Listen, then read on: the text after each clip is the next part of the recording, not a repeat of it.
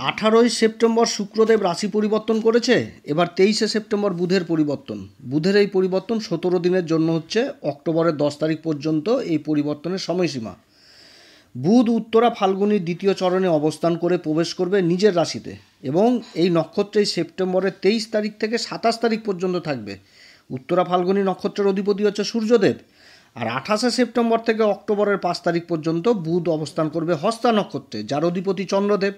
এবং অক্টোবরের 6 তারিখ থেকে অক্টোবরের 10 তারিখ পর্যন্ত বুধ অবস্থান করবে চিত্রা নক্ষত্রে, যার অধিপতি হচ্ছে মঙ্গল।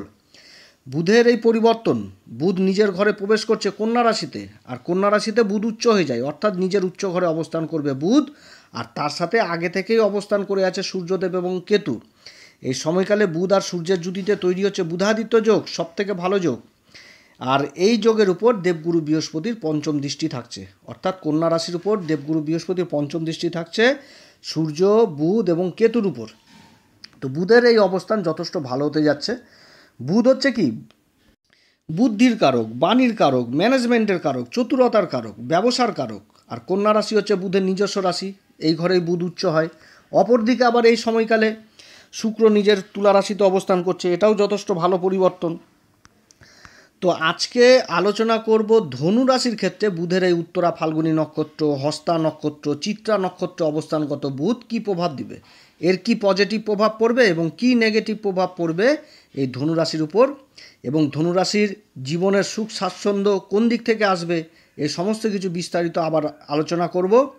আর কোন দিক থেকে আবার বিশেষ সাবধানে থাকতে হবে, সমস্ত কিছু আজকে আলোচনার মাধ্যমে তুলে ধরব। তবে আলোচনাটি এগিয়ে নিয়ে যাওয়ার পূর্বে সমস্ত দর্শক বন্ধুদের আমাদের এই অ্যাস্ট্রো এস এম বাংলা চ্যানেলের মাধ্যমে নমস্কার জানাই, এবং সমস্ত নতুন দর্শকের কাছে যারা বহুদিন ধরে আমাদের প্রোগ্রাম দেখছেন এখনও পর্যন্ত সাবস্ক্রাইব করেননি, তাদের কাছে বিশেষ অনুরোধ করব অবশ্যই সাবস্ক্রাইব করবেন। সাবস্ক্রাইব করলে জ্যোতিষীয় সম্পর্কিত এই চ্যানেলে বহু কিছু জানতে পারবেন। আর ভিডিওটি যদি সত্যিই ভালো লাগে তাহলে অবশ্যই লাইক করবেন। আপনারা যখন লাইক করেন তখন খুব ভালো লাগে, মন থেকেই বলছি, খুব ভালো লাগে এবং নিজেকে সার্থক মনে হয়। তো গ্রহের গোচর সম্পূর্ণভাবে নির্ভর করে জন্মকুষ্ঠির গ্রহের দশা এবং গ্রহের অবস্থানের উপর। আমরা যে ফল প্রকাশ করছি এটা আমাদের একটা প্রচেষ্টা মাত্র, এটা সম্পূর্ণভাবেই জন্মকুষ্ঠির উপর নির্ভর করবে।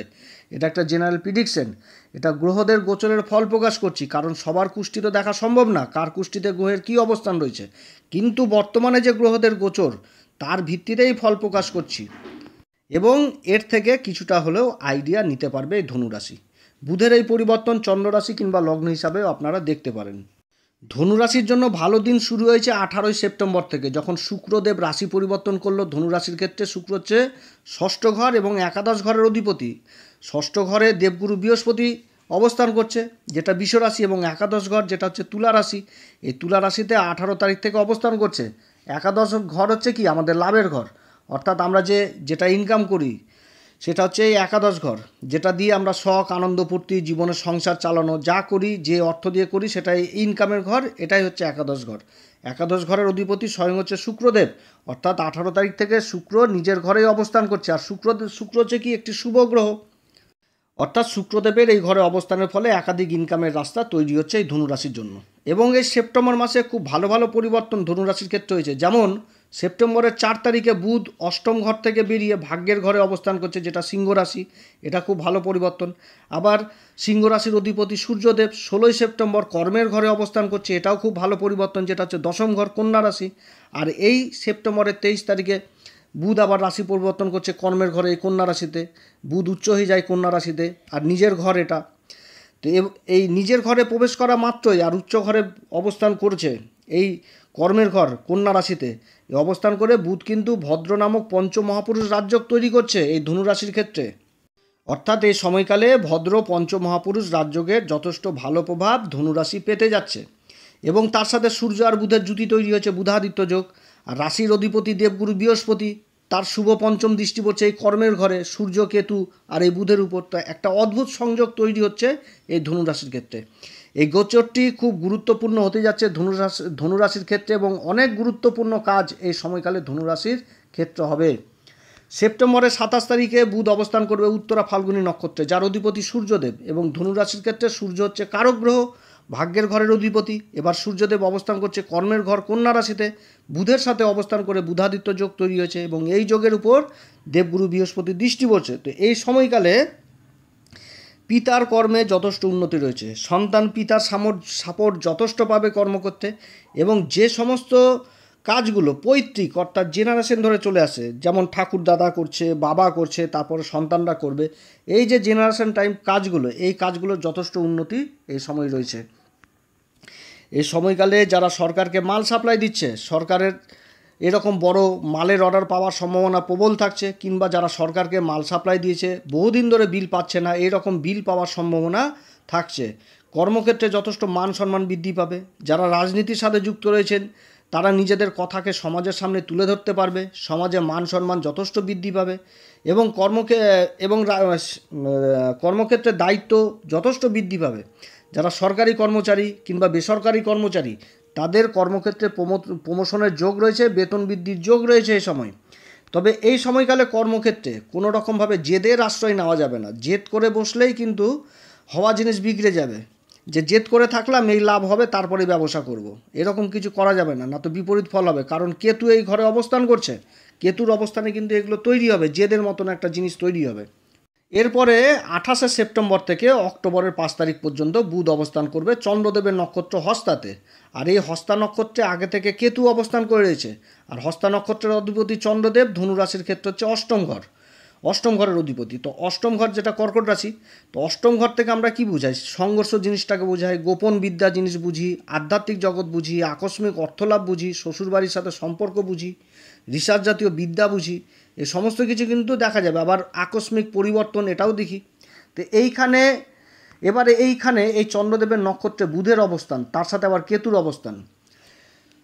কিন্তু ধনুরাশির ক্ষেত্রে আবার লাভের ঘরের অধিপতি শুক্রদেবের লাভের ঘরে অবস্থান করছে। তো ভাগ্যের ঘরের অধিপতি কর্মের ঘরে অবস্থান, কর্মের ঘরের অধিপতি বুধ ভদ্র নামক পঞ্চমহাপুরুষ রাজযোগ তৈরি করছে এই হস্তা নক্ষত্রে এই সময়। আবার এই সময়কালে দেবগুরু বৃহস্পতির আবার শুভ পঞ্চম দৃষ্টি পড়ছে এই ভদ্র পঞ্চমহাপুরুষ রাজযোগের উপর। অর্থাৎ এই সময়কালে একটা আকস্মিক অর্থপ্রাপ্তির যোগ রয়েছে। সেটা হয়তো পৈতৃক সম্পত্তি থেকে হতে পারে, সেটা হয়তো কোনো ম্যাচুরিটি ক্লেম থেকে হতে পারে, সেটা হয়তো কোনো ইন্স্যুরেন্স ক্লেম থেকে হতে পারে, যে বহুদিন ধরে কোনো কাগজপত্রের জন্য যেটা অমীমাংসিত ধরে পড়েছিল। আবার যারা চাকুরিজীবী, যারা বহুদিন ধরে প্রভিডেন্ট ফান্ড, গ্র্যাচুইটির টাকা, পেনশনের টাকা পাচ্ছিলেন না, এরকম অর্থপ্রাপ্তির কিন্তু সম্ভাবনা এই সময় থাকছে। এই সময় যারা শিক্ষার্থী, উচ্চশিক্ষার জন্য যারা বিদেশে যাত্রা করবে তাদের কিন্তু যাত্রা এই সময় সফল হবে। এই সময় যারা রিসার্চ জাতীয় বিদ্যার সাথে যুক্ত রয়েছে তাদের কিন্তু সফল হওয়ার প্রবল সম্ভাবনা এই সময় থাকছে। তবে এই সময়কালে আবার কর্মক্ষেত্রে কিছুটা হলেও পরিবর্তন হবে, সেটা হয়তো ব্যবসা ক্ষেত্রে কিছু একটা পরিবর্তন, যেমন কোনো মহাজন ধরলেন, ব্যবসাকে প্রসারিত করার জন্য কোনো একটা ভালো মহাজন ধরলেন, কিংবা এই দোকান ঘরে হচ্ছে না, আরও একটা দোকান ঘর, আরও একটা গোডাউন, এরকম কিছু একটা কর্মক্ষেত্রে পরিবর্তন হবে। আবার যারা সরকারি কিংবা বেসরকারি কাজে কর্মরত তাদের ক্ষেত্রে আবার কিছুদিনের জন্য কর্মক্ষেত্রে বাইরে যাওয়াও লাগতে পারে, এরকম একটা পরিবর্তন এই সময় থাকছে। এবং এই সময়কালে কর্মক্ষেত্রে নেওয়া প্ল্যানিং যেটা প্রচণ্ড গুরুত্বপূর্ণ, এই দিকে আবার কিন্তু সাবধানে থাকতে হবে, যে কোনো গুরুত্বপূর্ণ কর্মক্ষেত্রে একটা কোনো প্ল্যানিং কারোর সাথে এই সময় শেয়ার করা যাবে না যতক্ষণ পর্যন্ত কর্মটা সফল হচ্ছে না, না তো হওয়া কাজ বানচাল হবে। এবং নিজের মনের কথা এই সময় কারোর সাথে শেয়ার করা যাবে না, কারণ কেতু কিন্তু হস্তা নক্ষত্রেই অবস্থান করবে এই সময়। অক্টোবরের 6 তারিখে বুধ প্রবেশ করবে চিত্রা নক্ষত্রে, আর এই 6 তারিখ থেকে অক্টোবরের 10 তারিখ পর্যন্ত এই নক্ষত্রে অবস্থান করবে। চিত্রা নক্ষত্রের অধিপতি হচ্ছে মঙ্গল, ধনুরাশির ক্ষেত্রে কারক গ্রহ, পঞ্চম ঘর মেষ রাশি। পঞ্চম ঘরটা হচ্ছে কিসের? মা লক্ষ্মীর ঘর, সন্তানের ঘর, শিক্ষা দীক্ষার ঘর, বিভিন্ন রকম কলা এই ঘর থেকে দেখা হয়, সিনেমা জগৎ, সোশ্যাল মিডিয়া সব কিছু এই ঘর থেকে দেখা হয়, শেয়ার বাজার এই ঘর থেকে দেখা হয়। এবং দ্বাদশ ঘর যেটা বৃশ্চিক রাশি, দ্বাদশ ঘরটা কিসের? খরচাপাতি, ইনভেস্টের ঘর, আধ্যাত্মিক জগতের ঘর। তো এই দুটি ঘরের অধিপতি মঙ্গল, এই মঙ্গলের নক্ষত্রে বুধ অবস্থান করছে, আবার মঙ্গল অবস্থান করছে দেবগুরু বৃহস্পতির নক্ষত্র পুনর্বসুতে, আবার দেবগুরু বৃহস্পতি অবস্থান করছে মঙ্গলদেবের নক্ষত্র মৃগশিরাতে। তো এই সময় একটা মঙ্গলের সাথে বুধের কিন্তু একটা তৎকালীন মিত্রতা সম্পর্ক তৈরি হয়েছে, কারণ মঙ্গল সপ্তম ঘর ধনুরাশির ক্ষেত্রে মিথুন রাশিতে অবস্থান করছে, আর মঙ্গলের নক্ষত্র চিত্রাতে বুধ অবস্থান করছে, আর মঙ্গল দেবগুরু বৃহস্পতির নক্ষত্র পুনর্বসুতে অবস্থান করছে। মঙ্গল হচ্ছে কি, মঙ্গল হচ্ছে তেজ, ক্রোধ, অহংকার, চঞ্চলতা ইত্যাদির কারক কিন্তু মঙ্গল। আর বুধ হচ্ছে কি, বুধ হচ্ছে বাণীর কারক, ম্যানেজমেন্টের কারক, চতুরতার কারক, ব্যবসার কারক। এবং পুনর্বসু নক্ষত্রের সিম্বল হচ্ছে কি, জ্যোতিষশাস্ত্র মতে পুনর্বসু নক্ষত্রের সিম্বল হচ্ছে ধনুষ্বাণ।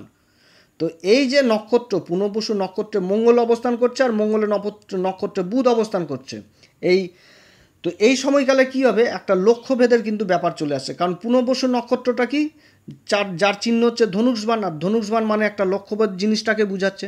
তাহলে এই সময়কালে ধনুরাশির ক্ষেত্রে যেই কর্মই করবে সেই কর্মে যথেষ্ট একাগ্রতা এবং মন স্থির করেই কিন্তু করতে হবে, তাহলেই কর্মক্ষেত্রে যথেষ্ট সাকসেস পাবে। এই সময় কর্মক্ষেত্রে কোনো রকমভাবে উত্তেজিত হওয়া, বাকবিতণ্ডায় জড়িত হওয়া, অশান্তি, গণ্ডগোল এগুলো কিন্তু করা যাবে না। এই সময় করলে কিন্তু বিপরীত ফল হয়ে যাবে, হওয়া কাজ বানচাল হয়ে যাবে।